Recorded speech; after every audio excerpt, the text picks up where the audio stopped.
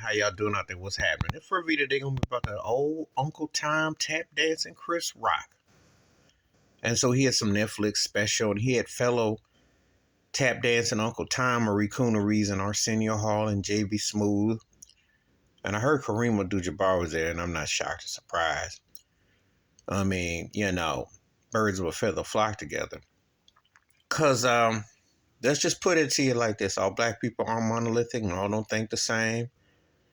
And different people have different opinions, and that's what makes the world goes around, how you look at things.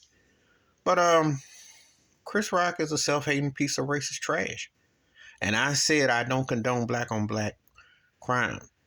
However, I had no problems with Will Smith putting that two-piece on him, putting that KFC special on him, and I didn't think he went far enough. For him to sit there and talk about Will and Jada a year later shows you how much of an idiot and how a simpleton he is. He has not evolved at all. He is still talking about Michael Jackson. Why? He is still talking about O.J. Simpson. Why? Now he's talking about R. Kelly. Why? The thing is, they're self-hating. He basically is a black version of Bill O'Reilly. He basically belongs on Fox News. So I guess if you find Tucker Carlson entertaining and funny, that Chris Rock is the black version. There's nothing enlightening about him. There's no depth to him. There's nothing intriguing or, he works for these white establishments. He'll say the N-word freely. He doesn't have any regards for his being. He's a self-hating man. And people like that. Of course, the plantation likes it. And sadly, some black folks find him funny for what he does. But all he does is regurgitate things that have stirred from a certain perspective. He'll never say anything about anybody white.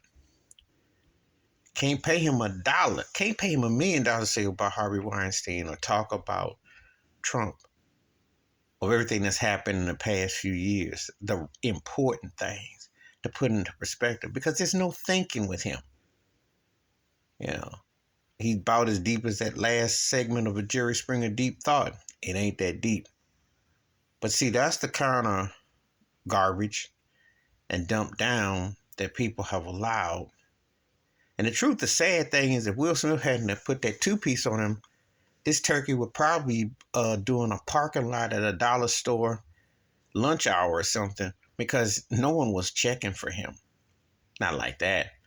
That day came and went. And he just never got it. He's a self-hating black version of Bill O'Reilly. He's a sellout Uncle Tom.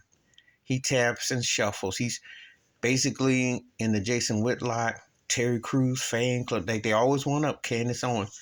And that's what he does. That's not comedy what he does. It ain't funny. It's embarrassing. But people go along, get along. And Arsenio's a tap dancer too, so what you expect? JB Smooth is too. You see why they get in certain places. Because it ain't because they're necessarily funny.